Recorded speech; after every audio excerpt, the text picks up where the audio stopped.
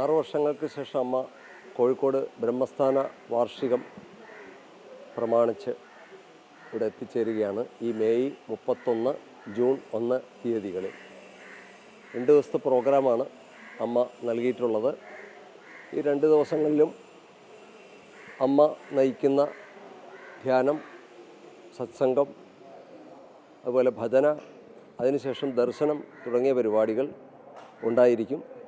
പിന്നെ അമ്മയുടെ സാന്നിധ്യത്തിൽ ശ്രീ ലളിതാ സഹസ്രനാമ അർച്ചന, അതുപോലെ തന്നെ രാഹു ശനി ദോഷ നിവാരണ പൂജകൾ, ഇതെല്ലാം ഒപ്പം തന്നെ ഉണ്ടായിരിക്കുന്നതാണ്.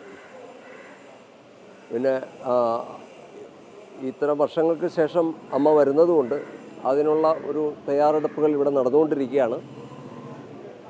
ഇവിടെ അമ്മ വരുന്ന ദിവസം, അമ്മ തലേ ദിവസമായിരിക്കും 30-ാം തീയതി ആയിരിക്കും വരിക.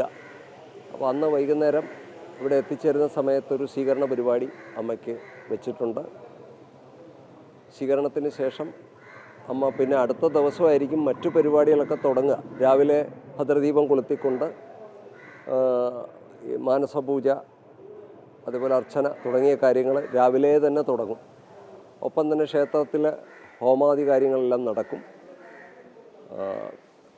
ഈ സമയത്ത് അമ്മ വരുന്നത് കൊണ്ട് ധാരാളം ആൾക്കാർ മലബാർ പ്രദേശത്തു നിന്ന് ഇവിടെ എത്തിച്ചേരുന്നുണ്ട്.